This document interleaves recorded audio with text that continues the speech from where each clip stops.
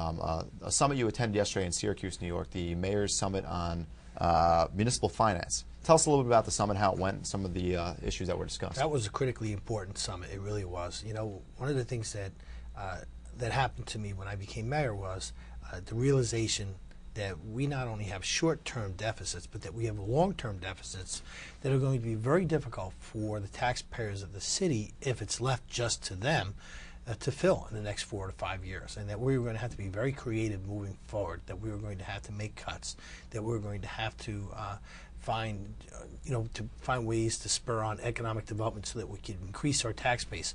But after we do all that, and after we do the things that we want to do to try and get some additional dollars, we're going to have to expand our message.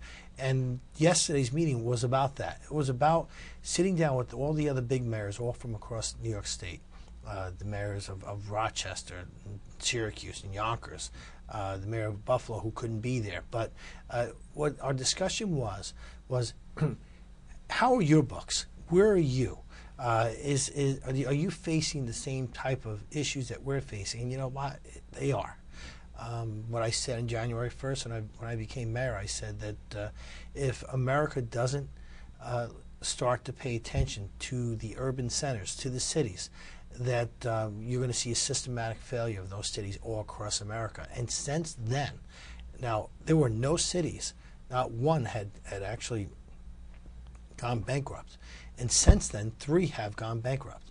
And you know, don't like to be the guy who's proud to say there's doom and gloom. But I think that it's important that we know that there are issues, and that cities are having a tough go at it because the middle class is squeezed beyond belief. The economic base is nowhere where it should be, and we have an increasingly dependent population, especially in our school districts. Yonkers has 73% of our students are at or below the rate of poverty.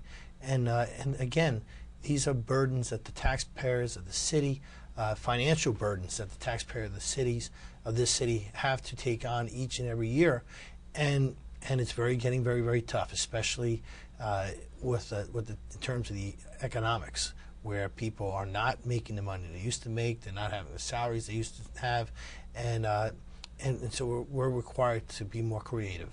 That meeting was the first of what I hope will be many meetings where we will discuss our budgetary issues and how we can fix them. Because at the end of the day, it's really up to the mayor and the city council to be responsible for the city and its finances, but you're going to need the help of the federal government and the state government because they need to recognize that we cannot do it alone, but that we need some help. We need help areas of, especially a pension. Our pension numbers are soaring. The pensions for our workforce, showing that we can't even keep up with our property taxes. The health care costs continue to rise. By the way, that's not just cities. That's municipal governments all across the country. And of course, we had 1,500 new students enrolled in our schools. So it's an extreme challenge, and we will get through it, but we won't get through it just by doing one thing. We're going to have to have a multi-pronged attack that will include forging relationships with other mayors from across America, and going to Albany here in New York and going to Washington and asking for additional relief.